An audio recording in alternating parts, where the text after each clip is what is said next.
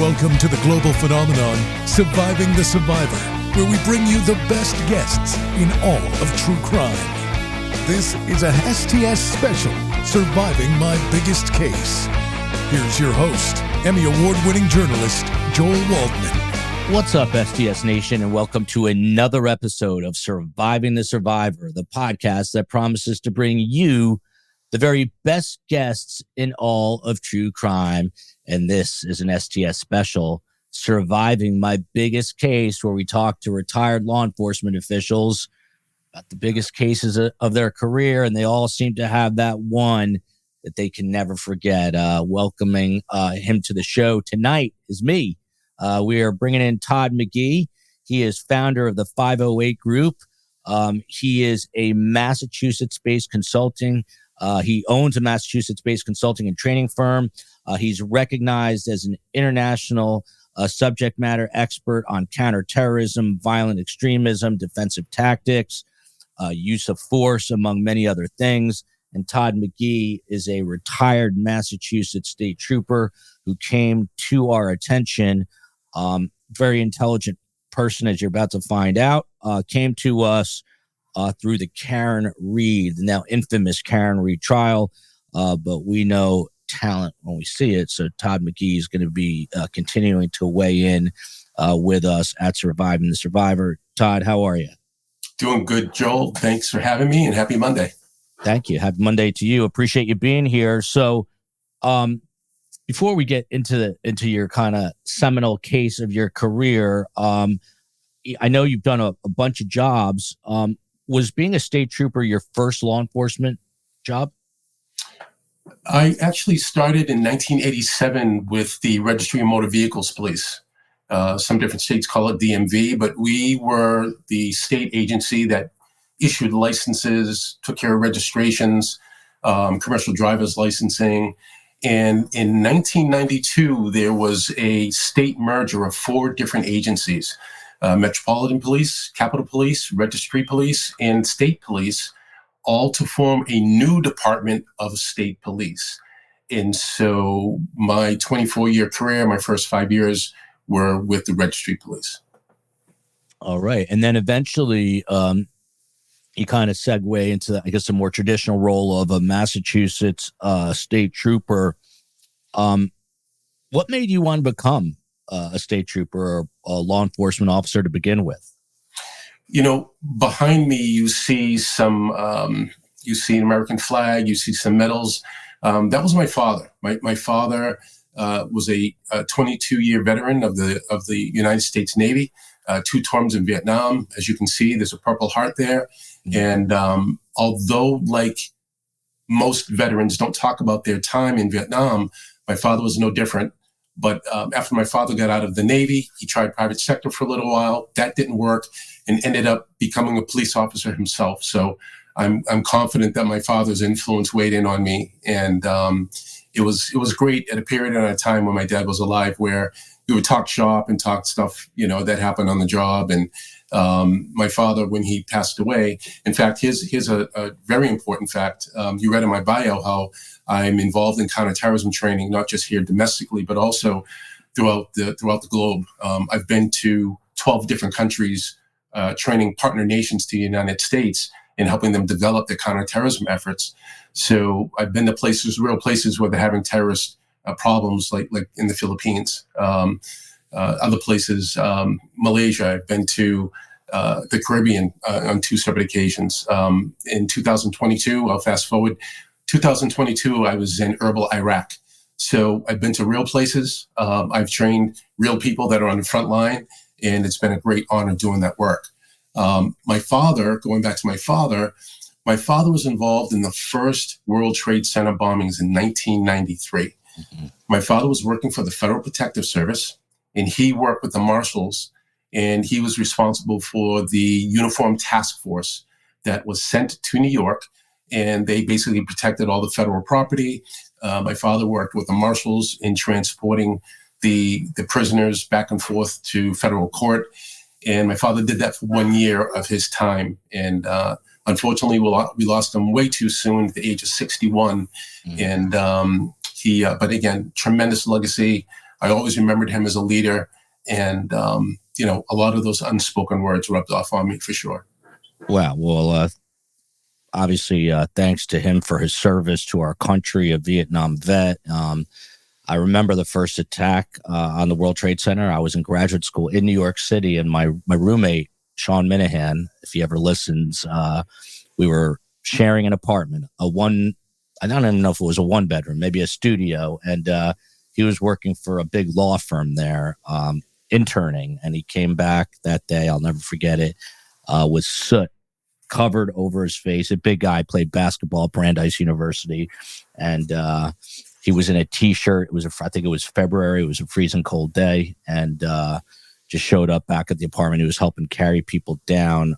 So I personally will never forget that. So kudos to your dad for being involved and trying to help in that situation. And obviously we know what happened in 2001, which is just crazy. So back to Todd McGhee. Tell us, so what's the case about that you're about to fill us in on here? Joel, I was thinking about this and what I wanted to share with you and your audience. And I did spend a couple of years in the fire marshal's office. We had some very interesting cases that involved dumpster fires, literally to 7-10 figure loss conflagrations, as we call them, working alongside ATF. But I want to bring you way back to 1990, prior to the merger I mentioned at the opening of our conversation. At the time, I was a young officer. I was working the late nights, and I was an accident reconstructionist. I got a phone. We got a call to report to one of the suburbs just outside of Boston, and there was a motor vehicle that crashed into a utility pole. The operator was an 18-year-old young male, and the passenger was a 19-year-old young lady. Unfortunately, the young lady passed. She was ejected from the vehicle, and the pole that, I remember these numbers. It was a side street. Posted speed was probably 30 miles an hour. He was going 73 miles an hour, hit the utility pole and separated it from its base and launched it 67 feet from point of impact. The pole? The pole itself, the remaining section of the pole that launched. Wow. Over 60 feet. So wow. I had arrived on scene, and part of the investigation was to start really establishing all the things you need in a accident reconstruction. You're trying to determine speed. You're trying to determine impact. You're trying to determine the body the ejected body in relationship to the point of impact. You're trying to understand the blood alcohol of the operator, if that played a factor into the collision. So all of this information that was captured, that was investigated, the DA wanted to take charges out on the 18-year-old for motor vehicle homicide.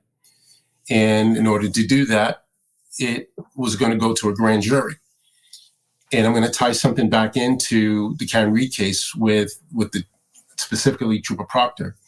I remember sitting in the jury booth, speaking to the jury while they're in the jury booth, sitting and testifying on the stand, talking about the facts of the case rather than my conduct around the case.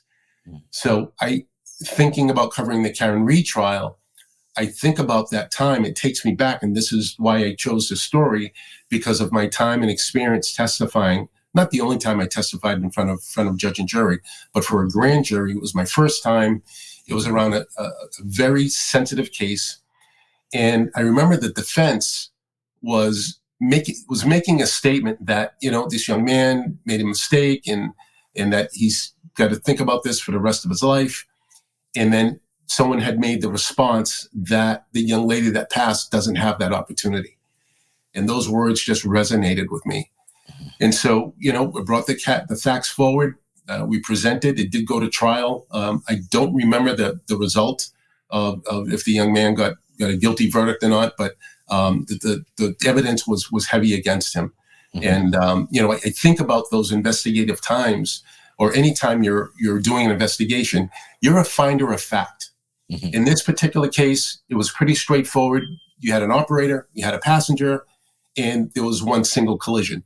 So there wasn't a lot of investigative effort in trying to find out who the guilty party was.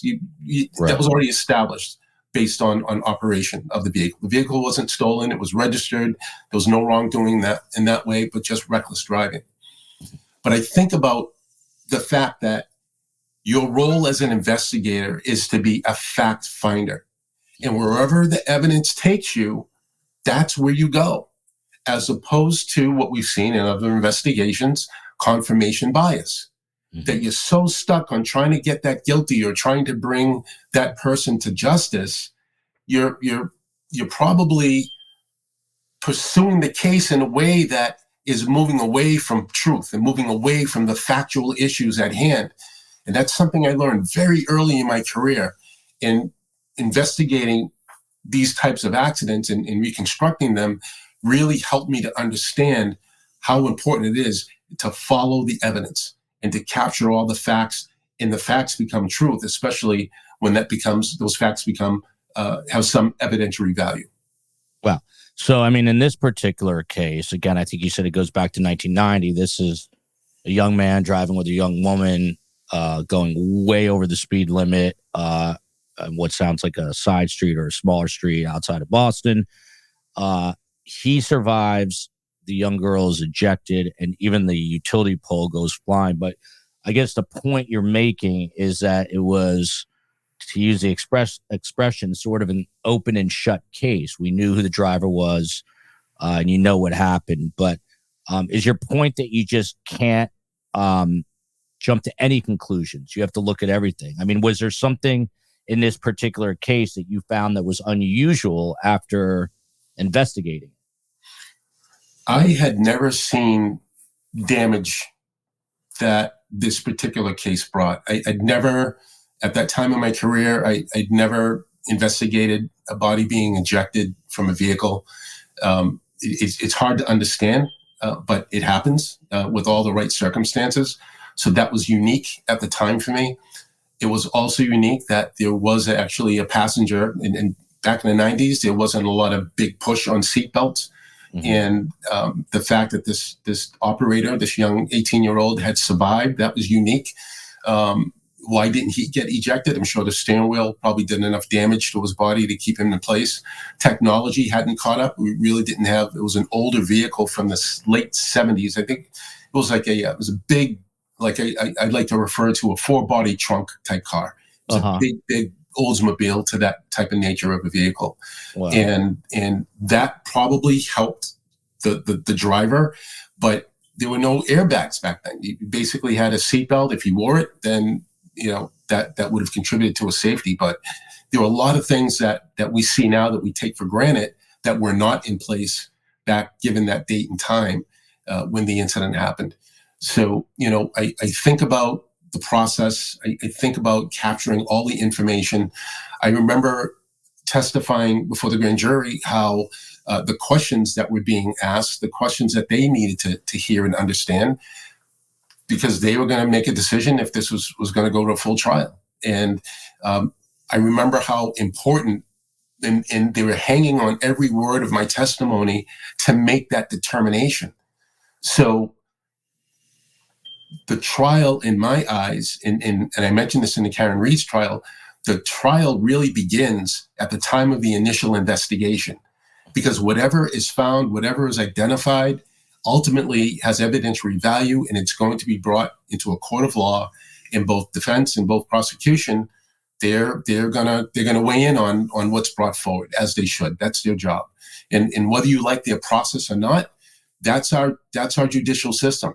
That's how our system of laws works, and it's based on evidence. It's based on the nuances that the attorneys are trained so well to do. So again, at a very early part of my career, I learned how important fact finding in bringing that information forward in a very clean, very unbiased. I can't say that enough. Unbiased way, in order to bring truth into the investigation. Yeah, and I always hear investigators like yourself talking about how like I've heard Phil Waters. He's one of America's best known detectives. He investigated over 400 homicides for the Houston PD and had a clearance rate which was insane of like 93% and a confession rate that's equivalent to that. He's one of the best to ever do it, I guess. But he still tells me, you know, the minute he would, as he puts it, make a scene, get on scene, he's thinking a little bit about how this has to be buttoned up for an eventual trial. So he's already got that in the back of his mind. And I've heard a lot of other investigators say that, you know, an investigation isn't worth anything if you can't take the evidence to trial and prove it there. So do you think the vast majority of investigators, I mean, have to be aware of this, right? And have to know this when they're going into a specific case, right? I would tend to say yes. I think your average investigator, your average law enforcement professional, regardless of the size of the department, really has a general goal to go out on a fact-finding mission. That being said, there are some ethical issues that come into investigations. There are some moral issues that come into some investigations. If you've got an investigator that has compromised their ethics and integrity, then there lies the problem. And it eventually it's going to come out. Eventually it's going to show up. There's going to be other evidence that will refute the spin, if you will, or the cover-up, if you will, or the pinning of a crime on someone that had nothing to do with the crime. So we're seeing people being released from jail after decades of incarceration because small things were not admitted into evidence. And it's critical. It's critical that investigators, law enforcement professionals stay professional, stay focused, look for the truth, stay as fact finders, and not compromise the integrity of the investigation with trying to deviate from what the facts are telling them. That is crucial.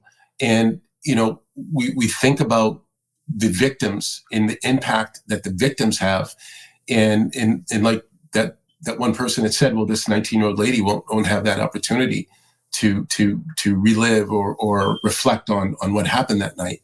And so that justice for those victims, it's essential. And law enforcement officers will really need to carry that in the back of their mind as they sift through all the elements of the crime. This is really interesting because you always hear about like the high profile cases, like the Karen Reed cases, but this, not to minimize it in any way, was kind of a somewhat typical car accident, but still, even if it's typical, it's not making big headlines necessarily. Someone lost their life, and you as an investigator need to make sure you are treating this the same way you would treat the O.J. Simpson investigation, as botched as that was, but a name that's as big as that, or a Karen Reed investigation. Is that what you're saying? Joel, this incident was probably page 20 in the Boston Globe and the Boston Herald at the time. Not front page news, not 6 o'clock headline, breaking news. This was, and again, in the city, there's a lot happening. There's other more high profile criminality that the news would be looking for. This was an accident on a side street, but it was devastating. It took this young lady's life, and her parents, her family, her loved ones, they deserve justice. And I'll say this: the young man, he deserved due process. He deserved to have the best representation in a court of law. That I don't know if he had his own attorney. I believe his family hired an attorney for him, but he deserves due process. That's in our Constitution. So we have to understand the rule of law. We have to understand how the court processes the evidence, and how our legal counsel they're the way they dance in a courtroom. It's amazing, and we saw that play out very, very succinctly in the Karen Reed trial. Both Attorney Yannetti, Attorney Jackson versus Alan Lally. It was a dance, and it wasn't pretty all the time, but we got a chance to really understand how the court system works. We got to see how the judges will rule and keep order and direction, and that was no different in the case that I had in front of the grand jury. All of that information needed to be accurate. All of that information I needed to be able to, with confidence, be able to present to the jury as they were fact finders. So I just, having that experience, I had probably 30, 40 other accidents prior to this one, some fatal, some not. But this one sticks with me because it was the only one out of all the accidents that I had reconstructed that had gone to a grand jury. Wow. Now, I mean, just tying this into, you mentioned Trooper Proctor earlier. I'm curious, since you mentioned your dad earlier, what was your dad's first name? James. James. What would James McGhee, may he rest in peace, have said about Trooper Proctor in terms of giving law enforcement a black eye? I assume your dad would have been pretty upset about it. My father retired a lieutenant. However, he was a union shop steward for I believe 3 years. And I remember him coming home one day and he made reference, and I'm going to paraphrase, that the union's biggest role is keeping the problem people out of trouble. And I could see him reflecting back to his union president days, because the union weighed in on Proctor's their disappointment and again that's their prerogative, but they weighed in on his being disciplined and being temporarily discharged from the department. So we all have to be accountable. It would be nice if we didn't have to follow the rules and regulations and guidelines of things, but then we'd have chaos, right? Mm-hmm. So I just think that my father's wisdom and reflection would have brought him back to those days. Yeah, and to your point, the point you're trying to make is, correct me if I'm wrong, is that you started this by saying you're a finder of fact, and I guess the presumption is that Trooper Proctor wasn't necessarily doing that. He had some sort of prejudice against Karen Reed that's obvious in the text messages, and I guess that steered him in a specific direction, which was a guilty Karen Reed. Am I understanding you correctly? That confirmation bias is a very, very real thing, and why I say that and why I draw that connection was based on his own messaging to his friends. Boston cops are not going to get in trouble. The references to she's effed, all of those types of mentions of really not being open-minded to where the investigation was going to take, not interviewing witnesses that were inside the house until months later, not recusing himself based on relationships. It could just point to so many different issues that showed that biasness in the investigation. And now that we're on the Karen Reed subject for a minute, I think a new trial date's been set for January. The national media has kind of backed off a little. I know it's still a huge story in Boston. Do you still see this going to trial? Do you think there'll be some charges dropped? There's a hearing scheduled in the near future to talk about I think the overall dismissal of the case, which is what Alan Jackson and David Yannetti still want. But you think we're going to see a part 2 of this? Well, I'll say yes, because that's the track we're on right now. That being said, you have, I believe, the 4 or 5 jurors that have come forward to the prosecution now. That was breaking news that happened most recently. Mm-hmm. And so there's almost like the playing field has been level set now with that regard.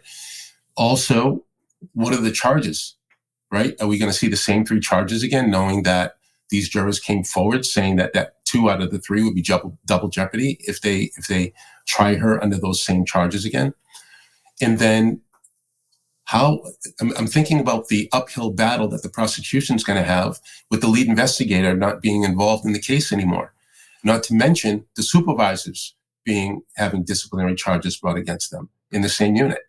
I think about how the state police works. When personnel gets themselves in the hot seat, in the glue, they'll clean house, and those troopers will no longer be inside that investigative unit. So all of those factors, all of those very real factors, Jackson and Yannetti are going to tap dance all over that.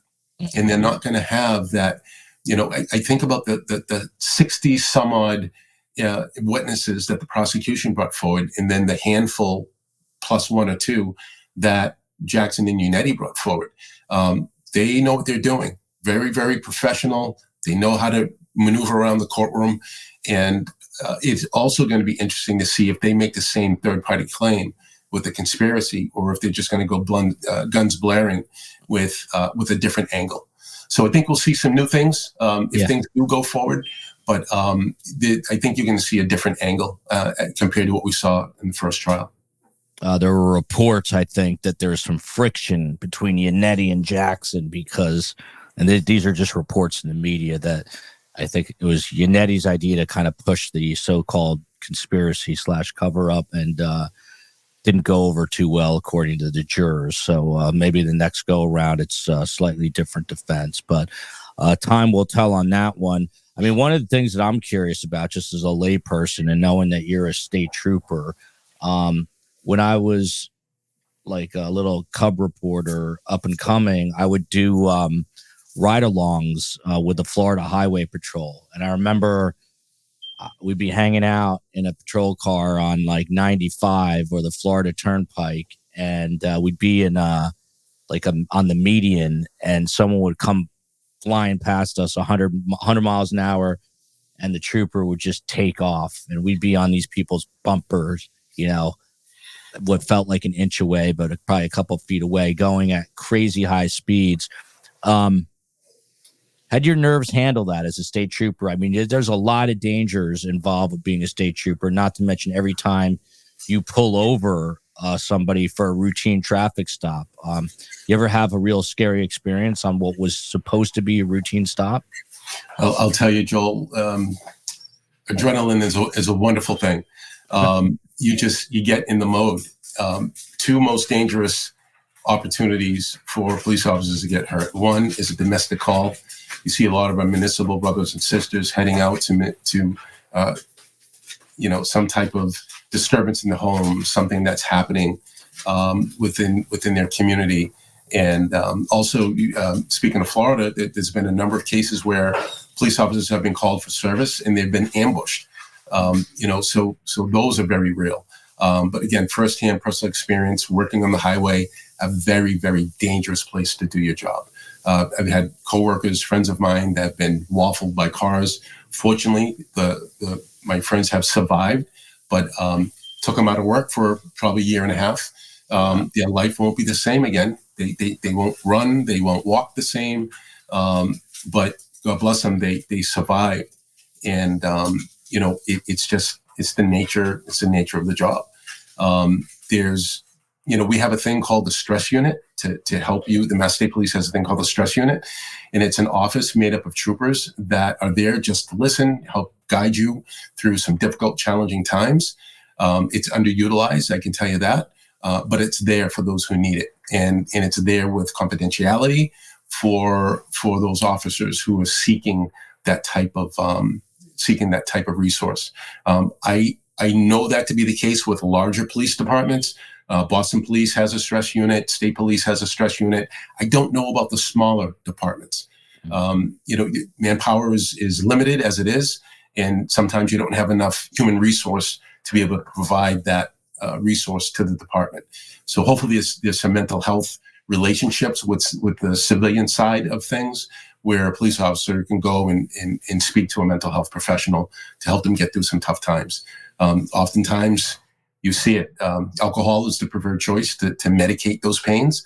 And I also have had friends that have had motorcycle accidents, cruiser accidents, get hooked on opioids, and bad outcomes happen from there. So difficult job, difficult things that happen.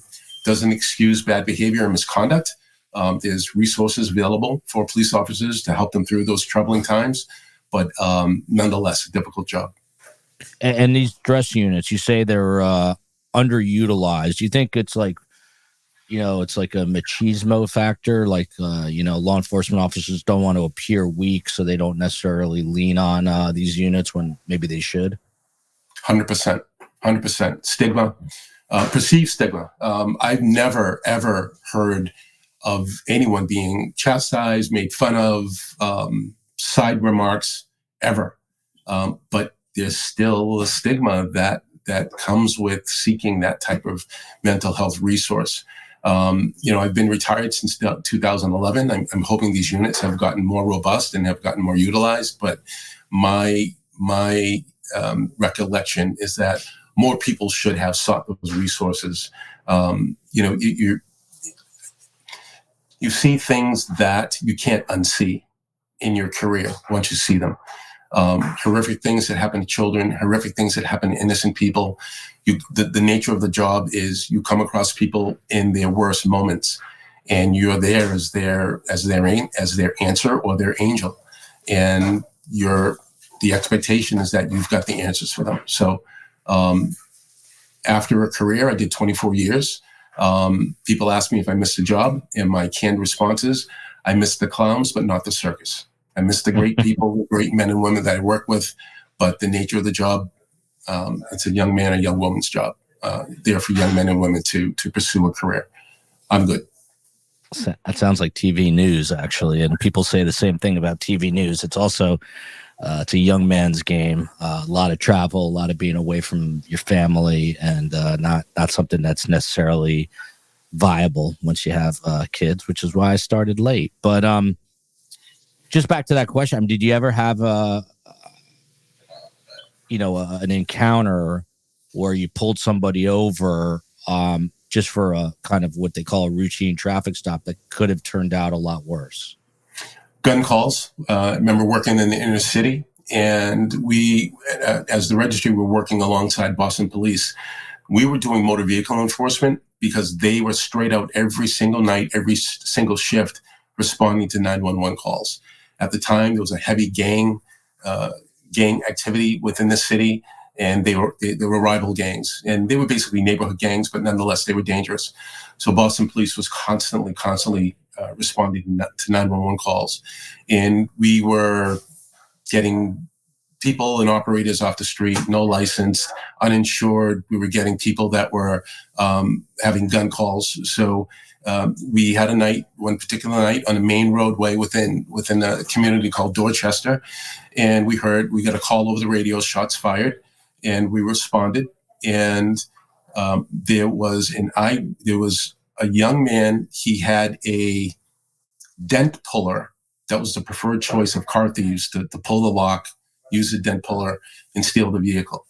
So he was hopping on one leg because someone had shot him in his other leg. Well, my partner and I tried to pursue what we thought direction of travel would have been, and we had to go down this dark alley. And fortunately, there was nothing bad in the dark alley, but putting our heads together in retrospect, we ran by a car with two males inside of the vehicle, and we believed that our shooters were inside that car, and we ran right by them, not knowing any better, thinking we were moving in the right direction. But that's another case study that I can remember. Wow. Outcomes were dicey, but we made out okay. Wow. I know one of the things that you've become real interested as of late that we were talking about a little bit, which I'd like to just touch on, and then we'll wrap it up, is use of force, or the overuse of force by some departments. Curious, like, what, obviously it's a problem. We were talking, you and I, about Sonia Massey. I believe she was a diagnosed schizophrenic that called police.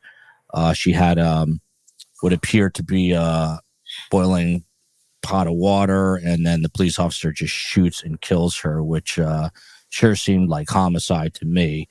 Curious what piqued your interest in use of force cases specifically. I go back to early in my career. I started off getting interested in training. And the kind of fun fact, my first instructor school was Doppler radar, how to use radar.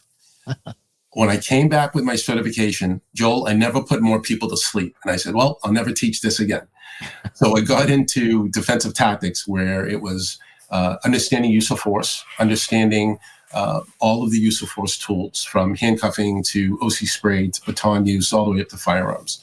And that hands-on knowledge and training, I really enjoyed it. And I worked myself into some very illustrious positions, where I have one certification as an international trainer with Safariland, and there's only 110 trainers in the world, and I hold one of those designations. I've trained people from all over the world in defensive tactics, use of force, and we like to think here in the United States that we're cutting edge, and that we've got the best way of controlling subject behavior, where it is in conformance with the law. It's not excessive in nature. However, we see these cases like the Sonia Massey and Sean Grayson case come up. We see that Derek Chauvin and George Floyd murder that happened. So, these types of incidents are still of interest to me, even in my retired life. I work with attorneys on both sides of prosecution and defense. I've defended cops in their use of force, and I'm writing opinion papers on police misconduct, because I believe you have to speak truth to power. And also, it's to hopefully give a voice to the great men and women in uniform that just won't come forward for whatever the reasons are. If they're not going to come forward, someone's got to speak to it. And so I can tell you, Joel, honestly, that after George Floyd, and not that George Floyd was the first, but the nature of how that played itself out forever changed me. And for those reasons, I just like to call balls and strikes right down the middle, whatever they are, and hopefully make some change where that type of misconduct won't happen again within that department. Yeah, I remember covering Freddie Gray in Baltimore. Had his neck snapped, I think, in the back of a police vehicle, and then there was big riots back then. Is there a common denominator in use of force cases? Do you find where the police are in use of force cases where the police are in the wrong? Is there a common denominator? Is it the stress of the job? Is it improper training? Is it just a personality, like a personality trait that's gone wrong in a police officer? What do you seem to find to be a common denominator, if there is one? Certainly there's a pattern. There's a pattern in conduct, pattern in behavior, heavy-handed patterns. The mentality, I like to equate it as there's a sense of fear. They're patrolling in fear. They're coming across people in their worst moments, and they see everything as a threat. And so that perception, that fear perception of not wanting to be injured, not wanting to be hurt, they lash out first, and they lash out heavy. There's also groupthink. We saw that in the case of the 5 officers, the state, I can't remember, but the goon squad or something like that. Yeah. I covered that on my show. I'm trying to think of where that was, but go ahead. Yeah, they essentially punished that young man for running. He was scared. Yeah, and maybe South Carolina or something. Yeah, yep. But the pattern was there, and it later came out that the community members started speaking up. They're like, that's what they do. These 5 officers are constantly beating up the community. They're bullies. And so, that type of groupthink, that type of of lack of leadership. In the Derek Chauvin case, he had, I believe there were 2 fairly junior officers that were on that scene with George Floyd in that arrest. And they weren't going to speak up. Derek Chauvin, I think, had over 20 years of experience. He was the senior guy, and they're not going to intervene. We've got policy and procedure now in writing that requires police officers to intervene when they're seeing excessive force. So, it's just, again, it's hard to see these things play out. They don't have to play out this way. In the case of George Floyd, it was over an alleged $20 counterfeit bill. He lost his life over alleged $20 counterfeit bill. Doesn't make sense to me. It just doesn't make sense to me. Sonia Massey lost her life because she called the police for a prowler, which she believed to be a prowler outside of her home. Yeah. So it's just hard. There's a reason why the community has a strained relationship and a lack of trust with law enforcement. And, it's unfortunately our profession is one that stigmatizes the entire brand across the board. So. Well, I mean, I always say, I think the vast majority of law enforcement officers are good people, smart people, credible people, they have families and they want to take care of them. But it's back to Karen Reed. You have, 1 or 2 bad officers like a Proctor, and it gives a black eye to not just Boston PD or the state troopers there, but to law enforcement across the country when it's a high profile case. We remember what happened with Mark Furman in the O.J. Simpson case. It takes on national relevance, and it is a big problem. I mean, you've got to think that community policing is important, right? That local police officers in small jurisdictions, they need to get out and meet the community. They need to know who they are protecting and serving, right? Joel, the biggest thing that has hurt policing in the last 2 decades has been technology. The majority of police cruisers have a mobile data terminal inside of it. And the old school walk the street, walk the beat, know your community, know who the good people are, know who the problem makers are, that's gone. Yeah. That's fascinating. I'm always wondering if technology is helping the world or destroying it. And it's sort of, I think, a combination, but I'm not sure which it's going to do first. But it's interesting to hear you say that it's technology that has kind of been the downfall. And I think it's true. I mean, it's downfall of society. I mean, look, we had COVID, but, even my wife and I are guilty of this at night. You just sit there and stare at your cell phone instead of having a conversation, or my kids at the dinner table, and sometimes it's easier to give them a video game than to sit there and talk to them. So I guess we've all got to do better when it comes to technology. I mean, what's your when it comes to all these things that we're talking about, which is kind of multi tentacled, what's your final word of advice? Well, just a thought going back to the technology piece. The new generation of officers, they've grown up in this technological bubble. In the skill set of dialogue and communicating, that's diminished. That is not there. And some of your viewers may disagree with me, but that's my opinion. I've seen it. My wife and I have worked with our children to work them out of that technological bubble in order to teach them how to look someone in the eye, to have good conversation, how to carry their own thought and concept, context in a conversation, so that muscle doesn't get weak. And I hear senior officers, guys that are 25 plus years, 30 years in a job, talk about the new generation of officers. It's different. And it's all right around that sense of lack of communication skills. So that's something that needs to be looked at and addressed. I don't know what's taught in the police academies. I know when I was there, the Mass State Police had over 1,100 hours of curriculum. There might be room for some more new training on communication skills. Yeah, it's an interesting new problem, the world of technology and policing. Obviously, there's huge advancements in terms of helping solve crimes through DNA and IgG. But when it comes to being able to talk to someone on a street corner to try to get some information or just introduce yourself for a future problem, that seems to be a problem in and of itself. But really appreciate Todd McGhee being here. He's a retired Massachusetts state trooper who came to us during the Karen Reed trial, and he will stay with us as we explore things like excessive use of force on the job and other interesting issues that come up in policing that are being reported about. If you like the show, please do subscribe to Surviving the Survivor and give us a like. You can support us on Patreon.